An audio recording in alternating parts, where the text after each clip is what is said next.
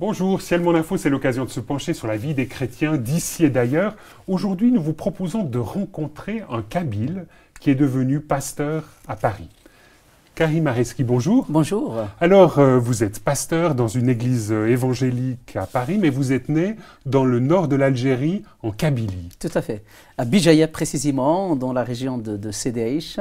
J'ai grandi là-bas. J'ai grandi dans cette région. J'ai fait même mes études jusqu'au lycée dans cette région. Comment est-ce que vous expliquez aujourd'hui l'attrait de la foi chrétienne pour nombre d'habitants de la Kabylie? Oui, en fait, il y a des choses qui ont été semées. Il y a l'évangile qui est devenu accessible à partir des années 90. Et beaucoup de jeunes, dont je faisais partie, avions accès à l'évangile.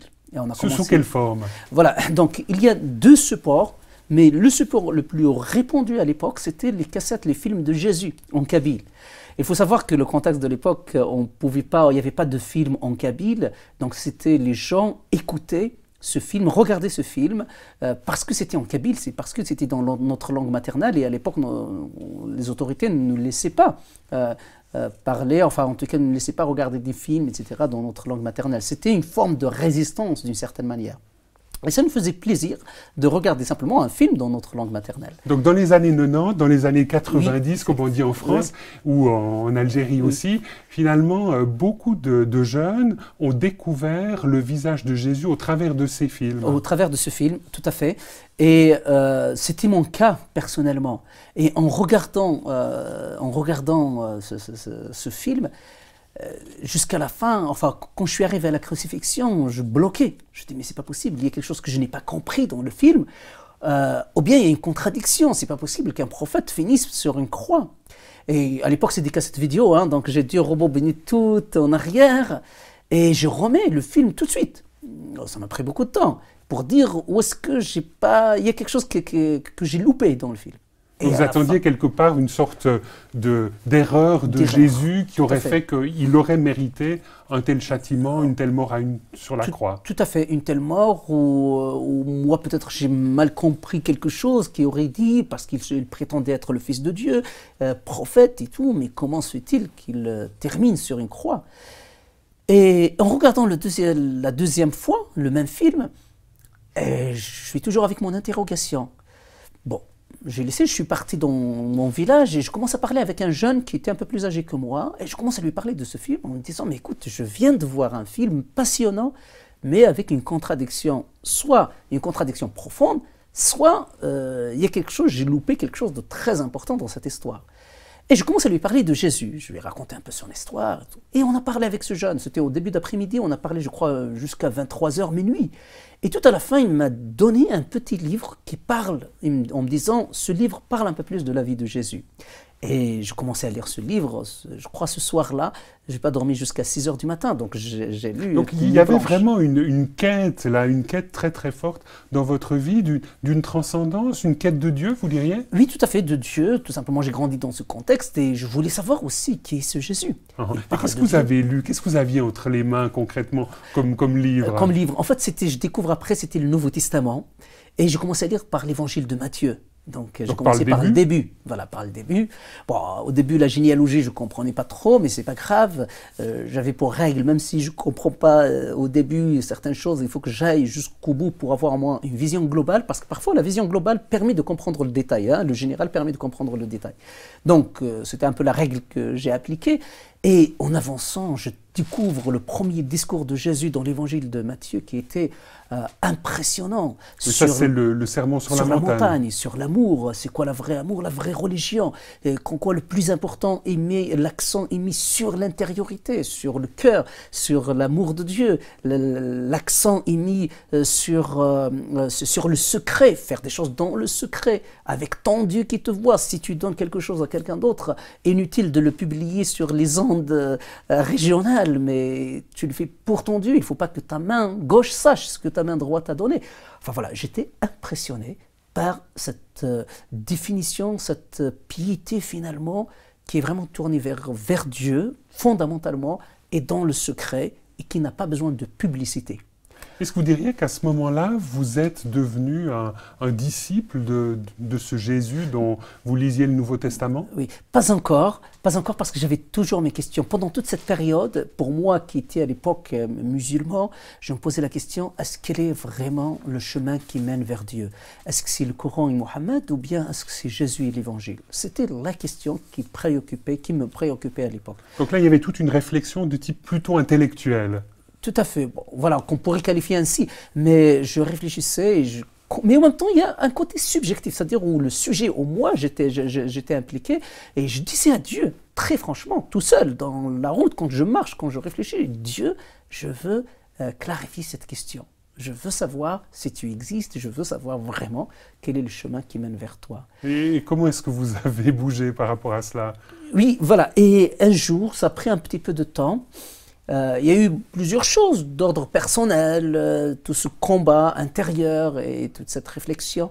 Et un jour, je lis l'évangile de Jean et je tombe sur cette parole de Jésus qui dit « Je suis le chemin, la vérité, la vie. Nul ne vient au Père que par moi. » Ou bien si on veut traduire autrement, « Je suis le chemin, le véritable et le vivant. Nul ne vient au Père que par moi. » Et à partir de ce moment-là, je lui dis « Waouh, Jésus a répondu à ma question il y a 2000 ans. » Et moi, je me pose encore cette question. Et j'étais frappé, entre autres, par la précision de cette réponse, et en même temps, par le fait que Jésus dise « Je suis le chemin » et non pas un chemin parmi tant d'autres. Le chemin, c'est-à-dire ce qui exclut de fait tous les autres chemins, tous ceux qui peuvent prétendre être chemin. Et vous diriez qu'à ce moment-là, vous devenez un véritable disciple de Jésus? En tout cas, à ce moment-là, ce jour-là, je crois avoir pris la décision de dire « Maintenant, je veux suivre ce Jésus ». Et comment est-ce que ça a été perçu dans votre famille? Parce que, vous l'avez dit tout à l'heure, vous êtes originaire d'une famille musulmane, dans un contexte musulman, où la foi chrétienne en Algérie, à l'époque, n'était pas toujours très bien vue. Tout à fait, même elle n'était pas connue du tout dans mon village. Je fais partie un peu des premiers chrétiens de notre village. Et au début, la famille pensait que c'était juste une crise d'adolescence. J'étais un lycéen, hein, j'étais au lycée, je devais avoir 16-17 ans. Donc, ils pensaient que c'était une crise d'adolescence, mais petit à petit, ils ont compris que c'était vraiment quelque chose de fondamental, de sérieux, quelque chose qui va réorienter complètement ma vie, mon cheminement. Et moi, je leur disais très simplement, écoutez, d'ailleurs, moi, je ne savais pas du tout, à l'époque, en croyant en Jésus, j'allais devenir chrétien. Pour moi, voilà, Jésus m'a répondu, je suis devenu, voilà, il n'y avait pas d'étiquette, c'était quelque chose de très naturel. Pour être très franc, c'est exactement ça. Et je disais à ma famille, écoutez, demandez à Dieu quel est le chemin qui mène vers lui, il vous montrera. Et je leur dis très simplement, Dieu m'a parlé dans l'évangile de Jean. Et il m'a dit que le chemin qui mène vers lui, c'est Jésus.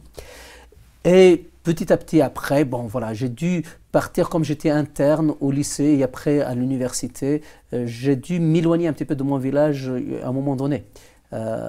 Et vous avez commencé des études, mais pas des études de théologie chrétienne tout de suite. Non, oui. J'ai commencé des études vétérinaires. J'étais à l'université de Blida, les années 90. Et après, je suis venu justement en France pour suivre les études vétérinaires à l'école Mison-Alfort. Mais après, j'ai croisé quelqu'un qui me disait, mais est-ce que tu ne veux pas te former en théologie?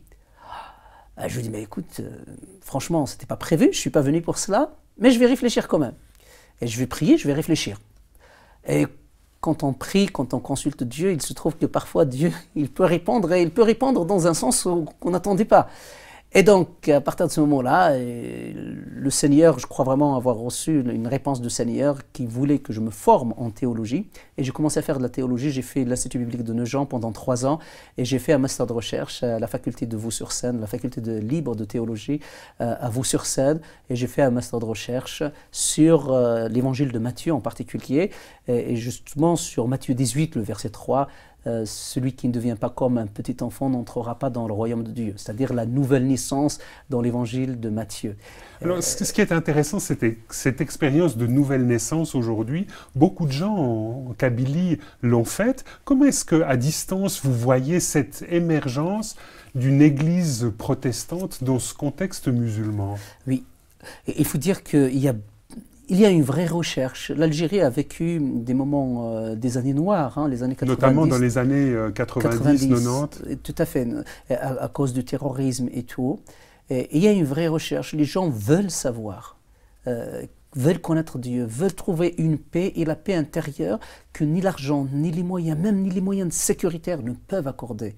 Or, ceux qui ont fait l'expérience de la conversion avec Jésus ont expérimenté cette paix profonde que même face à des circonstances terribles, difficiles, ils ont cette paix et sérénité.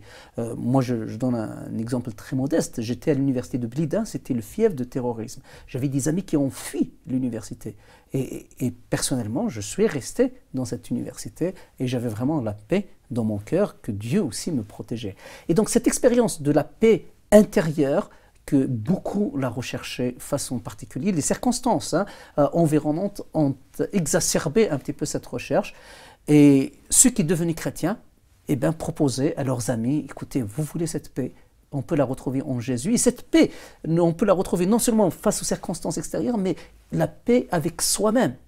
Et cette paix avec soi-même, c'est la réconciliation que Jésus donne par le pardon de nos péchés. Parce que ce qui nous terrorise le plus, c'est vraiment notre péché, le péché contre notre âme.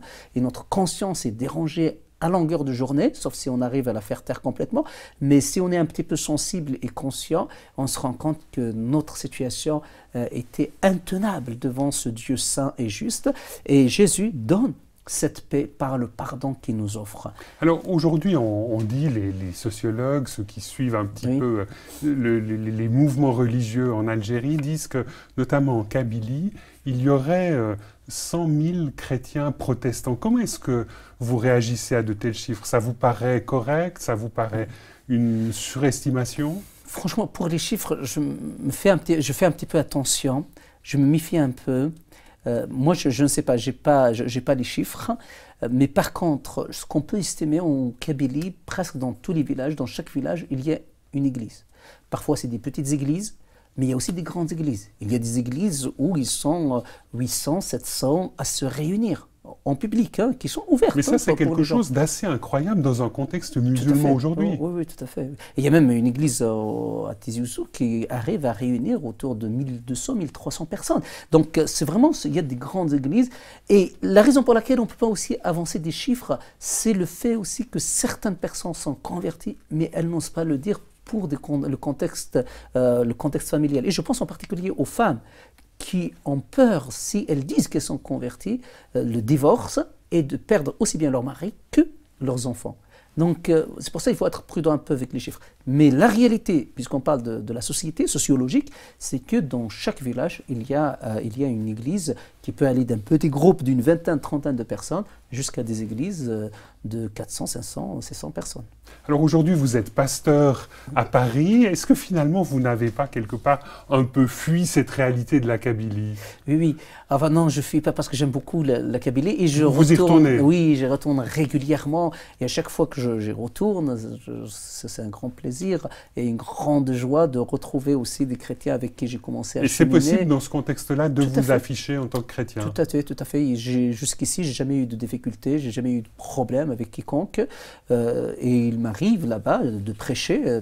Chaque fois que je suis là-bas, je prêche dans des églises qui sont ouvertes au public, ouvertes aux autorités, ouvertes à quiconque voulant venir à l'église. Même si en 2006, le gouvernement a proclamé ou a promulgué une loi anti-conversion des musulmans. Voilà, mais cette loi c'est-à-dire c'est le prosélytisme à l'extérieur, mais un musulman qui vient dans l'église, c'est normal qu'il entende parler de Jésus, qu'il entende parler de l'évangile. Ou un musulman qui vient dans une sphère familiale, amicale, donc on est dans une maison, on discute chez soi, là il y a toute la liberté de discussion sur tous les sujets d'ailleurs, et pas simplement sur l'évangile, mais sur tous les sujets. Donc, mais il est vrai que cette loi interdit aux chrétiens de faire de prosélytisme, c'est-à-dire d'aller dans la rue et de donner des évangiles, ce que, à vrai dire, même personnellement, je ne suis pas favorable à cette méthode de faire. Donc d'imposer un petit peu, d'imposer certaines choses, voilà. concrètement, comment est-ce que vous voyez l'avenir de cette Église en Algérie? Vous savez, j'espère, il y a un passage dans le prophète Isaïe qui dit que je rebâtirai sur d'anciennes ruines, enfin le prophète Amos, je crois, non, Osée 9. Voilà, je rebâtirai voilà, sur d'anciennes ruines. Et vous reprenez ce texte en disant que finalement, en Kabylie, qu'il y a une histoire chrétienne derrière elle, tout à fait. Peut-être que Dieu va rebâtir quelque chose. Tout à fait. Moi, je pense, peut-être même, je suis un peu plus certain que, peut-être, donc même je suis un peu plus affirmatif, l'Afrique du Nord, et pas simplement pour la Kabylie, du coup, pour toute l'Afrique du Nord, a connu, l'Afrique du Nord jusqu'au 7e siècle avant l'arrivée de l'islam, a connu des grands hommes d'église, de grands théologiens. Je cite Tertullien qui était un apologète hors pair, Cyprien, Saint-Augustin, qui était un berbère, Saint-Augustin, qui nous a laissé au niveau théologique un héritage immense et très fécond, qui continuait à féconder la pensée, qui a fécondé la pensée de Calvin, qui continue à féconder la pensée de grands théologiens encore de nos jours.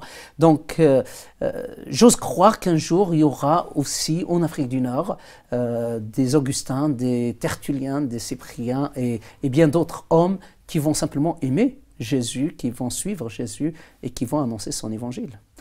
Karim Areski, merci beaucoup de nous avoir rejoints sur ce plateau de Ciel Mon Info. Je rappelle que vous êtes un ancien musulman devenu pasteur dans une église protestante de la région parisienne.